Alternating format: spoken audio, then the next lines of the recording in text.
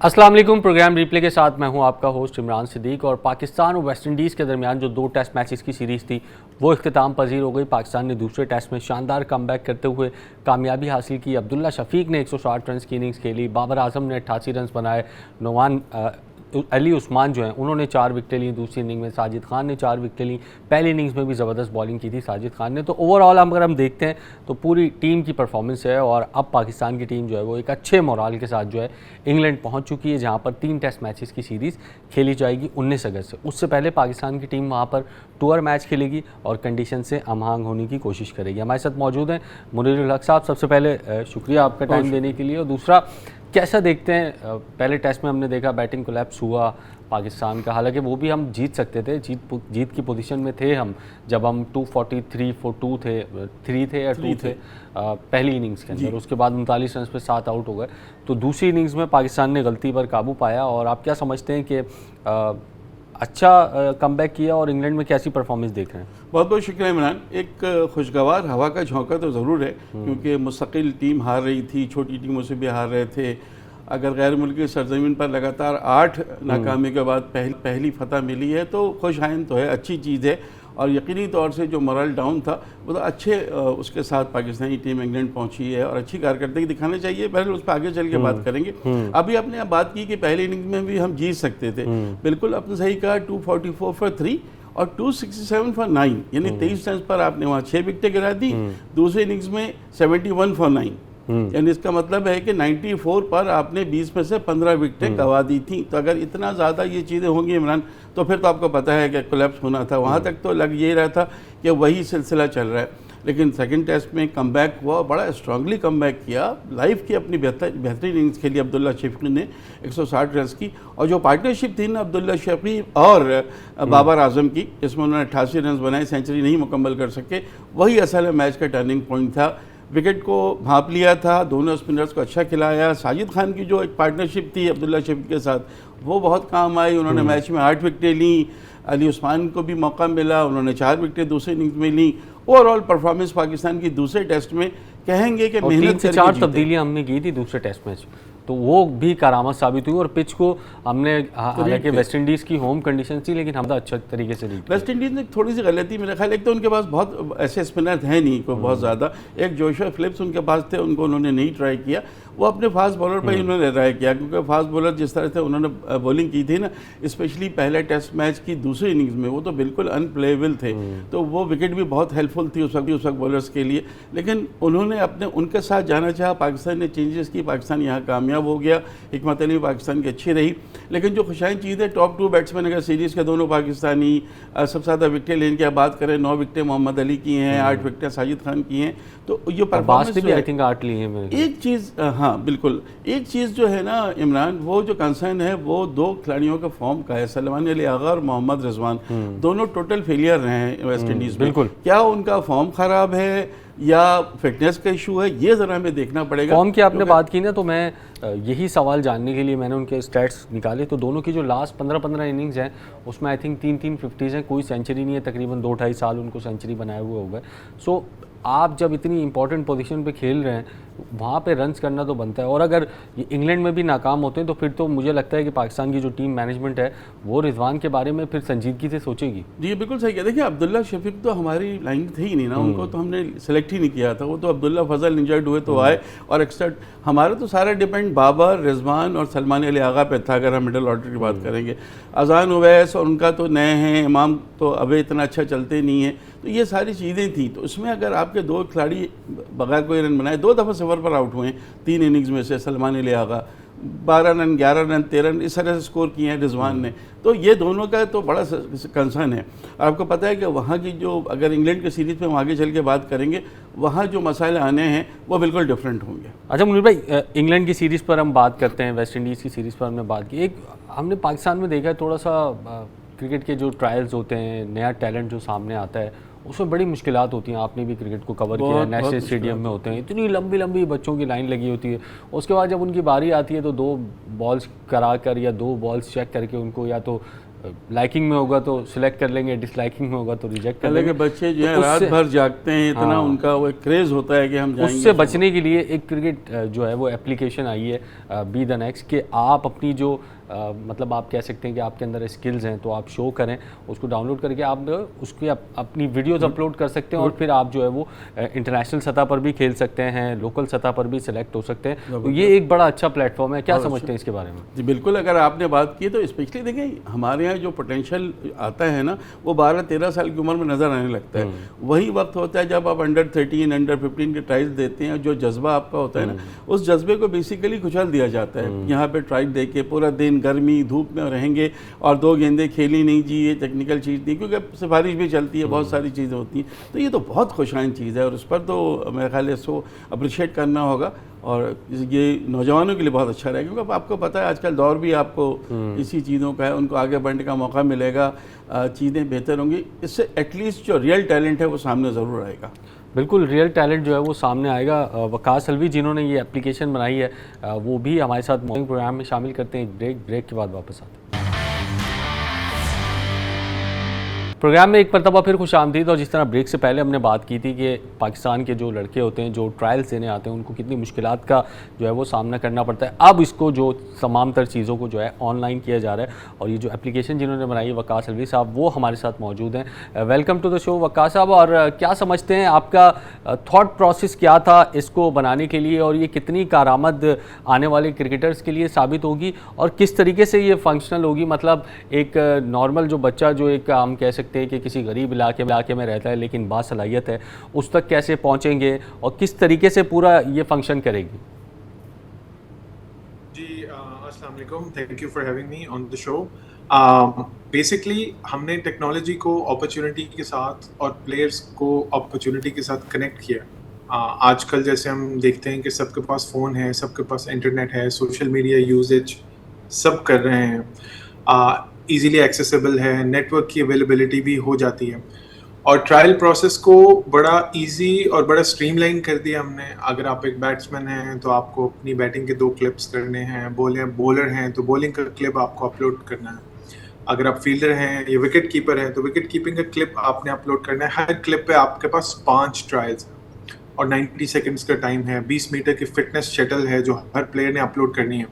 बहुत सिंपल है, आप ऐप में जाते हैं, अपनी प्रोफाइल बनाते हैं, ट्रायल में एंट्री करते हैं और अपनी वीडियो जो हैं वो एक गाइडेड प्रोसेस के थ्रू अपलोड कर देते हैं और वो हमारे पास आ जाती हैं इवैल्यूएशन के लिए। अच्छा, ये अब PSL में भी बड़ा काम आएगा, क्योंकि हमने देखा लाहौर कलंदर्स की टीम है या पेशावर ज़ल्मी है या कराची किंग्स है, तो वो भी ट्रायल्स लेते हैं, डिफरेंट एरियाज़ में जाते हैं, तो उनके लिए भी बड़ा ये हेल्पफुल हो जाएगा कि इतनी दूर वो सैकड़ों किलोमीटर ट्रैवल करते हैं, फिर बच्चों को भी ट्रैवल करना पड़ता है, लाइनें लगानी पड़ती है। तो ये भी एक आप कह सकते हैं कि PSL के लिए भी अच्छा है। और या फिर आप किसी टूर्नामेंट के लिए सिलेक्ट करना चाह रहे हैं, स्पेसिफिक कर रहे हैं इसको, या फिर ये किसी के लिए भी है? नहीं, ये ऐप किसी के लिए भी अवेलेबल है। हमारा ऑब्जेक्टिव है, हम एक्चुअली एक प्रॉब्लम सॉल्व कर रहे हैं। प्रॉब्लम ये है कि टैलेंट और अपॉर्चुनिटी को कनेक्ट करने के बीच में बहुत से स्टेप्स हैं जो बहुत मुश्किल भी हो जाते हैं और जैसे आपने कहा बहुत कॉस्टली भी हो जाते हैं। तो एक इंस्टीट्यूट के पॉइंट ऑफ व्यू से वो कोई फ्रेंचाइज की टीम है, कोई लीग है, जैसे PSL बोला आपने, कोई गवर्निंग बॉडी है किसी कंट्री की, PCB है, सऊदी क्रिकेट है जैसे जो हमारे साथ स्ट्रेटेजिक पार्टनर है हमारे। इंस्टीट्यूट का भी एक प्रॉब्लम सॉल्व हो रहा है और जो प्लेयर्स हैं उसके लिए तो अपॉर्चुनिटी के दरवाजे खुले हैं। तो हमारी तरफ से कोई रिस्ट्रिक्शन नहीं है। हम चाहेंगे कि ज़्यादा से ज़्यादा इंस्टीट्यूशंस और ज़्यादा से ज़्यादा प्लेयर्स हमारे साथ रजिस्टर करें और आपस में कनेक्ट करें, क्योंकि किसी को भी अगर ट्रायल किसी रिमोट एरिया में करना है या 50 जगह ट्रायल करना है शहर में, पूरे पाकिस्तान में या किसी और मुल्क में, तो वो 50 सेटअप्स उनको रिक्वायर्ड है। तो हम काफ़ी, मेरे ख्याल से एक बहुत बड़ी प्रॉब्लम है जो सॉल्व हो रही है। अच्छा, आप अब बहुत सारे लोग जो ज़ाहिर PCB के सिस्टम में या जूनियर क्रिकेट खेलते हैं, तो आप चाहते हैं कि PCB से भी कनेक्ट हों ताकि PCB का भी जो मामलात हैं वो आसान हो, और जो पाकिस्तान के जो क्रिकेटर्स हैं, जो कोई बाबर आजम बनना चाह रहा है, कोई शाहीन शाह अफरीदी, कोई शाहिद अफरीदी, कोई शुएब अख्तर, तो PCB से अगर ये कनेक्ट हो जाए तो फिर मज़ीद मामलात आसान हो जाएंगे। आपका ऐसा कोई मुस्तकबिल में इरादा है कि PSL के फ्रेंचाइजीज से कनेक्ट करना है, PCB से कनेक्ट करना है, ताकि एक पूरा सिस्टम बन सके? जी, एक्चुअली हमारी जो ऐप है वो डिज़ाइन की गई है to help anyone who needs information. Players को हेल्प ऐसे हो रहा है कि प्लेयर्स को एक गाइडेड जर्नी मिल रहा है फ्रॉम अ यंग एज। उनको बताया जा रहा है कि आप ऐसे रजिस्टर करें, आप में ये वीकनेस है, आप इसको ऐसे इम्प्रूव कर सकते हैं। हमारे कोचेस हैं, हमारे मेंटोर्स हैं, वो उनको गाइड करेंगे, उनको सिस्टम खुद गाइड करेगा कि आपकी ये कमज़ोरी है, इसको ऐसे बेहतर करें, अपने खाने पीने की रूटीन को ऐसे सही करें, फिटनेस का आप इन चीज़ों का ख्याल रखें, ऐसे खाने नहीं खाएं, इस टाइम पे सों, इतनी अपनी नींद पूरी करें, या आपकी प्रैक्टिस की रूटीन है ऐसे होनी चाहिए। तो सिस्टम उनको हेल्प कर रहा है in becoming better and professional players. और इसको कनेक्ट करने के लिए कोई भी इंस्टीट्यूट है, टीम है, क्रिकेट बोर्ड है, गवर्निंग बॉडी है, पीसीबी है, पीएसएल है, सऊदी क्रिकेट है, कुवैत क्रिकेट है, कोई भी अगर वो इंफॉर्मेशन हमारे साथ लेना चाह रहा है और उसकी वजह से हमारे रजिस्टर्ड प्लेयर्स जो हैं, जो फ्यूचर है इस गेम का या इस स्पोर्ट का या किसी भी स्पोर्ट का, उसको आपस में कनेक्शन मिल रहा है, तो ये हमारे लिए बेस्ट केस सिनेरियो है, and that is exactly what we are trying to do. हम करना भी यही चाहते हैं। बिल्कुल। और क्रिकेटर्स कल जैसे मैंने देखा कि एक तकरीब भी हुई थी जिसमें कुछ क्रिकेटर्स भी थे, तो ये अज़हर अली जो कि एक लंबा अरसा उन्होंने पाकिस्तान को सर्व किया है, 100 के करीब टेस्ट मैच खेले हैं, फिर रोमान रईस चैंपियंस ट्रॉफी का हिस्सा थे 2017 की, उस्मान शनवारी ये ज़बरदस्त फास्ट बॉलर थे। तो यही बच्चों के ट्रायल्स चेक करेंगे या अभी और मज़ीद क्रिकेटर्स हैं जो इस प्लेटफॉर्म में ज्वाइन होंगे? जी, ये हमारे जो मेंटर्स हैं जो कल तकरीब में मौजूद थे, और इसके बाद हमारे पास मज़ीद ग्रास रूट लेवल पे भी कोचेस हैं जो इसको मॉनिटर करेंगे और मेंटर्स भी मॉनिटर करेंगे। और जैसे जैसे वक्त गुजरेगा हमारी ऐप के अंदर काफ़ी फीचर्स ऐड होंगे, तो इसके साथ हमारे कोचेस और मेंटर्स का पैनल भी बड़े से बड़ा होता जाएगा। तो हमारी कोशिश यही है कि सिस्टम तो आइडेंटिफाई करता है, सिस्टम प्लेयर को आइडेंटिफाई करता है, सिस्टम प्लेयर को फीडबैक भी देता है, रिपोर्ट भी देता है, बताता भी है, और वही रिपोर्ट जो प्लेयर के पास आती है वही रिपोर्ट हमारे कोच और मेंटर के पास भी आती है। तो सिस्टम दोनों को आपस में कनेक्ट कर रहा है, प्लेयर को बता रहा है कि आपके पास ये वीकनेस है, आप इसको ऐसे बेहतर करें, और मेंटर और कोच को ये बता रहा है कि इस बच्चे की ये पॉइंटर्स हैं। लेकिन जो एक एक्सपीरियंस्ड खेले हुए पाकिस्तान के फॉर्मर टेस्ट कैप्टन हैं, रोमान रईस हैं, उनको सिस्टम टेक्नोलॉजी जो है वो 100% रिप्लेस नहीं कर सकती। असिस्ट कर सकती है, गाइड कर सकती है, डेटा प्रोविजन में आसानी कर सकती है, लेकिन रिप्लेस नहीं कर सकती। तो हमारा ये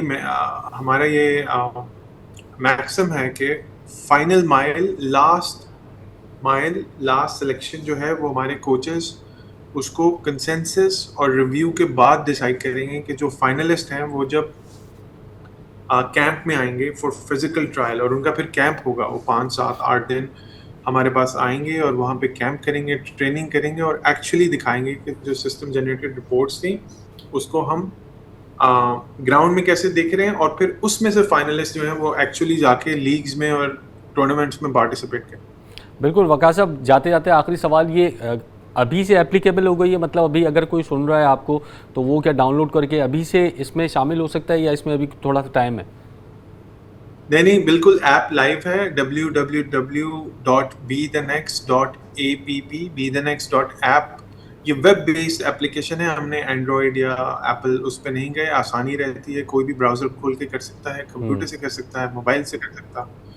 आप इस यूआरएल पे जाएं, अपनी प्रोफाइल रजिस्टर करें। प्रोफाइल क्रिएशन बिल्कुल फ्री है। प्रोफाइल जो है वो आपका जर्नी है जो आपको बताएगा कि आपकी आने वाले वक्त में चीज़ें कैसे बेहतर होंगी। और प्रोफाइल क्रिएट के बाद इस वक्त जो ट्रायल एंट्री ओपन है वो legends of the gulf league Saudi Arabia में होने जा रही है, उसका डेवलपमेंट कप है, उसका ट्रायल ओपन है। आप उसमें एंटर कर सकते हैं अपने आप को। It's open for Pakistan, Bangladesh, India and Saudi Arabia, 4 countries, ages 18 through 30। 18 से 30 साल के मेल प्लेयर्स जो 4 मुल्कों में रहते हैं वो इसमें रजिस्टर कर सकते हैं, क्योंकि इन चारों कंट्रीज के अंदर कैंप भी होगा और फाइनल माइल जो हमारी सिलेक्शन है प्लेयर्स की वो भी होगी। तो app is working, app is live. आप जाएं, उस पर प्रोफाइल बनाएं, और अगर आप इन 4 कंट्रीज में हैं और एलिजिबल हैं तो अपने आप को रजिस्टर करें, ट्रायल में एंटर करें, and we want these guys to be playing on television within few months इंशाल्लाह। बिल्कुल, बहुत बहुत शुक्रिया वकास साहब आपका टाइम देने के लिए। और मुझे ज़बरदस्त इक़दाम है, और जिस तरह मैंने उनसे भी पूछा, अगर ये पीसीबी से कनेक्ट हो जाता है या पीसीबी इससे फ़ायदा उठाने की कोशिश करता है, तो ये जो टैलेंट जो हमारा बहुत सारा नीचे की सतह पे ज़ाया हो जाता है, ट्रायल एक नाम नेहाद ट्रायल्स के नाम लेकर जहाँ पर लाइकिंग डिसलाइकिंग चलती है, उस कल्चर का तो खात्मा हो जाएगा। बिल्कुल हो जाएगा, बिल्कुल हो जाएगा। ये समझे कि एक अच्छी चीज़ के लिए पहला स्टेप है। और जितना ज़्यादा इसमें सबसे ज़्यादा पता है क्या इमरान, सबसे ज़्यादा वो रिमोट एरियाज़ जहाँ से लोग पहुँच ही नहीं सकते। बिल्कुल ऐसे एरियाज़ हैं कि जिनके ना कोई बड़ा भाई है, ना बाप है, कोई ले जाने वाला नहीं, कोई कहीं मजदूरी कर रहा है। वहाँ से बहुत टैलेंट मिलेगा आपको, चाहे वो केपी के हो, चाहे वो बलूचिस्तान हो या सिंध के रिमोट एरियाज़ हो। वहाँ से आपको बहुत पोटेंशियल मिलेगा, आपको प्लेयर ज़रूर मिलेंगे। अगर ये ऐप चले और पीसीबी तक भी इसकी चीज़ें जाएँ तो आपको जो छुपा हुआ हीरा होता है वो कहीं ना कहीं से आपको तलाश कर सकते हैं। ये बहुत बहुत अच्छी ऐप है, बहुत पसंद है मुझे। बिल्कुल, और अभी से आप ख़ुद को रजिस्टर कर सकते हैं। तो प्रोग्राम में शामिल करते हैं एक ब्रेक के बाद वापस आकर इंग्लैंड की सीरीज़ पर बात करते हैं, इंग्लैंड के स्क्वाड पर बात करते हैं। पहले 2 टेस्ट मैचेस के लिए स्क्वाड की अनाउंसमेंट हो गई है, उस पर भी बात करेंगे। प्रोग्राम में एक मरतबा फिर खुश आमदीद। और पाकिस्तान और इंग्लैंड की टेस्ट सीरीज़ पर अब तमाम तर नजरें हैं पाकिस्तान की वेस्ट इंडीज़ में दूसरे टेस्ट के परफॉर्मेंस के बाद, और इंग्लैंड ने भी अपने स्क्वाड की जो है वो अनाउंसमेंट अब कर दी है। कदर बेहतर स्क्वाड है, लेकिन बेन स्टोक्स नहीं है, क्योंकि आपको पता है रिटायर हो चुके हैं। पाकिस्तान के लिए एक अच्छा है साइन है। जेकब बैथल उस टीम में नहीं है, ये भी एक अच्छा साइन है, क्योंकि ज़बरदस्त एक वो लेफ्ट हैंडर बैट्समैन है। मुनीर साहब, स्क्वाड की अगर हम बात करते हैं, वैसे अभी हैरानगी की बात है कि पाकिस्तान की स्क्वाड की अनाउंसमेंट अभी नहीं हुई है, इस पर भी बात करते हैं। लेकिन इंग्लैंड के स्क्वाड की जहाँ तक बात करते हैं, आपने कैसा पाया, मतलब कौन सा आपको शोबा है इंग्लैंड का जो सबसे स्ट्रांग नज़र आ रहा है? देखिए इमरान, जो सबसे पहले देखने की चीज़ है कि सीरीज़ में जो कप्तान है वो दूसरी मरतबा या तीसरी मरतबा कप्तान बने। जो रूट को भी दोबारा कप्तान बनाया गया है, वहाँ भी बाबर आजम वाला केस चल रहा है। वहाँ पर जो है बेसबॉल होती थी, जो स्टोक्स और मैकलम की होती थी, वह बेसबॉल नहीं होगी, क्योंकि अभी तो खैर स्टीवन फिलेमिंग ने ज्वाइन नहीं किया है। अभी तो मार्कस नॉट जो उनके हैं वही इंटरिम कोच बनेंगे, जो उनके सेलेक्टर हैं। लेकिन डिफरेंट टीम नज़र आएगी, क्योंकि वो अग्रेसिव कप्तान थे। वो तो मार धाड़ करके जीतो हारो वो तो चले आते थे। ये ज़रा से धीमे लहजे के, इतना अग्रेसिव नहीं है। तो इनकी टीम में आपने सही कहा कि जेकब बैथल की जो इंजरी है वो उनका मिडिल ऑर्डर को बहुत, टॉप ऑर्डर को बहुत उससे तकवीत मिलती।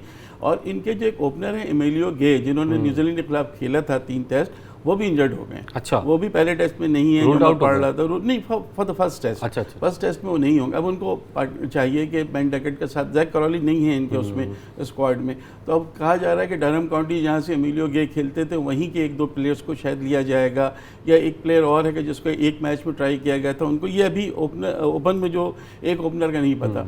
लेकिन डैन लॉरेंस को कहा जा रहा है कि वो आ जाएंगे इनकी जगह 6ठे नंबर पर बैटिंग करने के लिए, जो बेन स्टोक्स की कमी है। इनके पास जेमी स्मिथ बहुत अच्छे विकेट कीपर बैट्समैन है। हैरी ब्रूक और जो रूट तो हैं, जो रूट तो जैसी दोनों का रिकॉर्ड भी बहुत अच्छा है पाकिस्तान के खिलाफ। बिल्कुल बिल्कुल बिल्कुल, ट्रिपल सेंचुरी बना चुके हैं, आपको पता है। तो बैटिंग में तो इनका ये है। जो सबसे बड़ा फर्क नजर आ रहा है बॉलिंग में नजर आ रहा है। जैसे वेस्ट इंडीज में हमें नजर आ रहा था ना, जोफ्रा आर्चर भी हैं इनके पास, जॉर्ज टंग भी इनके पास, गच एटकिंसन है इनके पास, ओली रॉबिन्सन है इनके पास, 1-2 और जो बॉलर हैं वो भी इनके पास हैं। सिर्फ शोएब बशीर है एक जो स्पिनर है, बाकी तो एक तो ये डिफरेंट हमें नजर आएगी। इंग्लैंड की टीम भी ड्यू टू कैप्टेंसी, और पाकिस्तान की टीम भी जो है वो। अभी मैं एक जर्नलिस्ट को पढ़ रहा था कि इंग्लैंड में कोई 25-30 दिन से बारिश नहीं हुई है, तो स्पिनर्स का किरदार भी होगा इस सीरीज़ में। यार ये जो इंग्लैंड में अगस्त का महीना और जुलाई का महीना पता नहीं क्या हो गया है। 2022 में मैं गया था तो कहत पड़ा हुआ था, जो ग्रीन ग्रास थी वो सब येलो हुई थी। उस वक्त भी कई दिनों तक, उस साल भी कई दिनों तक बारिश नहीं हुई थी, बहुत गर्मी थी। मैंने लॉर्ड्स में टेस्ट मैच देखा था साउथ अफ्रीका और इंग्लैंड का, तो इतनी गर्मी थी कि बैठा नहीं जा रहा था, क्योंकि शेड में मैं नहीं था, उस तरफ था। तो ये इंग्लैंड में भी ये चीज़ बहुत परेशान होने लगी है कि अब ये इस तरह की चीज़ें आ जाती हैं। उनके लिए, पाकिस्तानी के लिए इतनी प्रॉब्लम नहीं होगी, क्योंकि यहाँ के खिलाड़ी तो उसके आदी हैं। इंग्लैंड के खिलाड़ियों को प्रॉब्लम हो सकती है, वो तो 30 पर भी घबरा जाते हैं। बहुत होता है ना उनके लिए तो काफ़ी होता है। लेकिन बहरहाल जो प्रोफेशनल होते हैं वो इन चीज़ों से नबरदाज़मा होने की उनको आदत होती है, और वो उससे नबरदाज़मा होते हैं, ऐसी इशू नहीं है। तो ये तो एक तरफ है। अभी बारिश हो जाए तो थोड़ा सा बेहतर, लेकिन अगस्त मुझे लगता है कि थोड़ा अभी वो ड्राई चलेगा वहाँ। 19 अगस्त से पहला टेस्ट मैच, अभी टाइम है। तो जो डिफरेंस मुझे नज़र आया ना, वो बॉलिंग का नज़र आया है। आपके बैट्समैन, उनके बॉलर, जहाँ हम ये कह रहे थे ना पहले टेस्ट में आपने देखा था वेस्ट इंडीज़ में उनके फास्ट बॉलर्स कामयाब हो गए, आप बुरी तरह हार गए, 211 भी आपसे चेज नहीं हुए। सेकेंड इनिंग्स में उनके बॉलर आपको अपने मतलब की विकेट मिल गई, थोड़ा स्पिन फ्रेंडली, थोड़ा ऐसी विकेटें जैसे पाकिस्तान में होती है उसमें आप खेल गए, वहाँ ऐसा नहीं होगा। वहाँ हेडिंगली लीड्स में आई थिंक पहला टेस्ट है, वहाँ जो स्विंग होती है ना बॉलिंग, उसमें आप क्या करते हैं कि आपके जो बैट्समैन होते हैं ऑफ स्टंप से बाहर जाते हैं, गेंद को खेलते हैं और स्लिप पर या विकेट कीपर कैच ले। एक लंबी ये तवील एक पाकिस्तान की हिस्ट्री है कि पाकिस्तानी प्लेयर्स को इस तरह से आउट करते हैं। तो एक तो उससे बचना होगा, दूसरे कि आपके अपने बॉलर अब्बास को जाहिर है काउंटी का इतना एक्सपीरियंस है, वो हमें काम आ सकते हैं। मोहम्मद अली की अच्छी परफॉर्मेंस रही है, 9 विकेटें हैं उनकी, उनको खिलाया जाएगा, ट्राई किया जा सकता है। खुर्रम शहजाद को भी फिर जो आपके स्पिनर तो आपका क्योंकि वेस्ट इंडीज में आपको पता है 2 खेले, तो इंग्लैंड में तो मेरे ख्याल है एक ही खेलेगा। इसमें भी एक आपको टफ डिसीजन लेना पड़ेगा क्योंकि तो एक स्पिनर खेलेगा। डिसीजन टफ होगा क्योंकि अली उस्मान ने भी बॉलिंग अच्छी की। देखिए वहाँ भी 4 दिन में टेस्ट मैच मुझे लगता है खत्म होना चाहिए, जिस तरह की विकेटें चल रही हैं, जिस तरह वो चल रही हैं। अब तो हर जगह ही 4 दिन में खत्म हो जाता है। और टेस्ट मैच में जो है इसमें पाकिस्तान को स्पिनर से तो इतनी हेल्प नहीं मिलेगी। सारा डिपेंड ये करता है कि पाकिस्तानी टीम उनके बॉलर्स को कैसा खेलती है, हम कितना स्कोर करते हैं, और जो रूट हैरी ब्रोक, जेकब बेथल या ओली पॉप को भी दोबारा स्क्वाड मिल गया, 9 महीने के बाद उनकी वापसी हुई है इसके स्क्वाड में। तो इन प्लेयर्स को कितना हमारे बॉलर रोक पाते हैं, और यही इस वक्त यहाँ पे मेन इशू है। ज़रूर ये कि अगर ये भी हार जाते हैं आप टेस्ट मैच वेस्ट इंडीज दूसरा, तो आपको तो फिर पता था कि जी 5-0 होने जा रहा है जो हालत होती, लेकिन अब थोड़ी सी बेहतरी ज़रूर आई है। कोशिश करनी चाहिए, खेलें, अपने पूरे पोटेंशियल से खेलें। हालात बहुत अच्छे तो नहीं है, एक टेस्ट जीतने के बाद ऐसा तो नहीं है कि आपने वर्ल्ड कप जीत लिया है। थोड़ी सी खुशी ज़रूर मिली है, लेकिन असल खुशी जब मिलेगी जब इंग्लैंड से आप इंग्लैंड में कोई टेस्ट मैच जीतें या सीरीज़ जीतें, या लगे कि भाई पाकिस्तानी टीम अब थोड़ा सा बेहतर हो गई है। वैसे अगर आपने कहा वर्ल्ड कप नहीं जीते, आकिब जावेद की नज़र में तो वर्ल्ड कप जीत लिया हमने, क्योंकि उन्होंने कहा था कि 5 में से 1 भी हम जीत गए तो ये तो बहुत बड़ी कामयाबी है। वो तो उनको तो मैं ख्याल है उनके हिसाब से तो हम फाते हो चुके हैं। और बहरहाल उन्होंने भी ये कहा होगा किस उसमें वो कह गए थे, लेकिन इंग्लैंड में एक टेस्ट जीत ले तो शायद आकिब जावेद की बात ज़्यादा अच्छी होगी। हाँ, इंग्लैंड में, और मैं तो कह रहा हूँ इंग्लैंड में अगर 1-1 से सीरीज़ बराबर हो जाए तो ये तो अचीवमेंट है। अगर पाकिस्तान की टीम सीरीज बराबर करेंगे। ये हमारे खिलाड़ियों में जो है ना ये चीज़ नहीं आनी चाहिए। ये हम और आप तो बात करते हैं, खिलाड़ियों का जज्बा तो ये होना चाहिए हमें तीनों जीतते हैं, मतलब वही जज्बे से आप जीतते हैं ना। चैंपियंस ट्रॉफी 2017 में क्या था, सिर्फ जज्बे ने आपको जितवाया था ना। आप बड़ी मुश्किल से 8वें नंबर की टीमों के दाखिल हुए थे और फातेह बन के आप निकले थे। यंग प्लेयर थे ना, यही सरफराज की कैप्टनसी थी, यंग प्लेयर थे, जज्बा था ना। वो जज्बा जब आएगा तो फिर आप परफॉर्मेंस देंगे। तो ये सियासत ख़त्म हो, थोड़ा सा खिलाड़ी अच्छा खेलें। शान मसूद को बहुत अच्छा एक्सपीरियंस है इंग्लैंड में, काउंटी का, एक काउंटी को लीड भी कर चुके हैं वो, तो उनकी भी इंजरी ठीक हो जाएगी तो वो भी काम आ सकते हैं। बिल्कुल, और बहुत ज़रूरी भी है शान मसूद की इंजरी ठीक होना। बिल्कुल ठीक कहा मुनीर साहब ने कि तजर्बा सबसे ज़्यादा इंग्लैंड में खेलने का, क्योंकि काउंटी क्रिकेट उन्होंने बहुत खेली और अभी हमें अच्छी फॉर्म में भी नज़र आ रहे हैं। पाकिस्तान की टीम की अनाउंसमेंट नहीं की गई है अभी तक इस टूर के लिए, उस पर बात करते हैं एक ब्रेक के बाद। प्रोग्राम में एक मरतबा फिर खुश आमदीद। और जो स्क्वाड पाकिस्तान का वेस्ट इंडीज़ के लिए था वो इंग्लैंड के लिए भी था, लेकिन अब्दुल्ला शफीक क्योंकि अब इस टीम में आ गए हैं, शान मसूद की इंजरी हो गई है और 1-2 तब्दीलियां हमने जो है वो स्क्वाड में देखी है, तो हो सकता है कि दोबारा से फिर कोई स्क्वाड की अनाउंसमेंट हो। जब शान मसूद वापस आ जाएंगे तो क्या फिर इमामुल हक को ड्रॉप किया जाएगा या फिर एक बड़े स्क्वाड के साथ पाकिस्तान की टीम जो है वो जाएगी। तो आप शान मसूद की जिस तरह हमने पहले बात की, तो अगर तो वो शान मसूद पाकिस्तान की टीम में आते हैं और ओपनिंग हमारी सेटल डाउन हो जाती है, फिर अजान अवैस और उसके साथ फिर तीसरे पे शान मसूद, चौथे पर जो है वो बाबर आजम, तो ये आपका एक अच्छा टॉप ऑर्डर हो सकता है। क्योंकि अगर इमामुल हक को हम देखते हैं वेस्ट इंडीज़ में तो सिर्फ 150 उनकी 3 में वो नाकाम हुए। नहीं देखिए, इमामुल हक की अवे परफॉर्मेंस नहीं है। ये ठीक है कि डोमेस्टिक में वो अच्छा खेले, चौथे 5वें नंबर पर थे टॉप स्कोरर में, लेकिन उनकी अवे परफॉर्मेंस नहीं होती है। वो अहमद शहजाद को मैं सुन रहा था, उन्होंने कहा उन्होंने 150 कर दी है तो 5 टेस्ट मैच के लिए पक्के हो गए। तो ऐसा नहीं होना चाहिए, आपको देखना चाहिए। आप अजान उवैस को भी मौका दें, आप शान मसूद को भी मौका दें। वो शान मसूद को डेफिनेटली मौका मिलेगा। तो आपको चीज़ें देखनी होंगी। आपको यहाँ पर दोस्ती और चीज़ों के लिए आप किसी को भेंट नहीं चढ़ा सकते। आई डोंट नो कि पाकिस्तानी विकटें जहाँ स्ट्रेट विकटें होती हैं वहाँ तो इमामुल हक अगेंस्ट कौन सी टीम, इंग्लैंड थी, दोनों एक ही टेस्ट के दोनों इनिंग में सेंचुरी बनाई, man of the match, 250 run बन रहे थे, पिंडी टेस्ट था। तो इस तरह के विकेटें तो वहाँ नहीं होंगी ना, वहाँ तो आपको बहुत संभल के खेलना होगा। खिलाया जाए, मौका दें, पहले टेस्ट में ज़रूर परफॉर्मेंस करें, परफॉर्मेंस करेंगे तो फिर तो किसी को कोई इशू नहीं है। शादाब खान भी परफॉर्मेंस करेंगे तो किसी को क्या इशू है, भाई मशरफ भी परफॉर्मेंस करते थे तो क्या इशू, जब नहीं करते थे तो बातें होती थी। अब शादाब से नहीं हो रही, आप उनको खिलाते हैं तो बातें तो बहरहाल होंगी, आप जब वो अच्छा खेलेंगे जितवाएंगे तो खुद ही वो हो जाएंगे।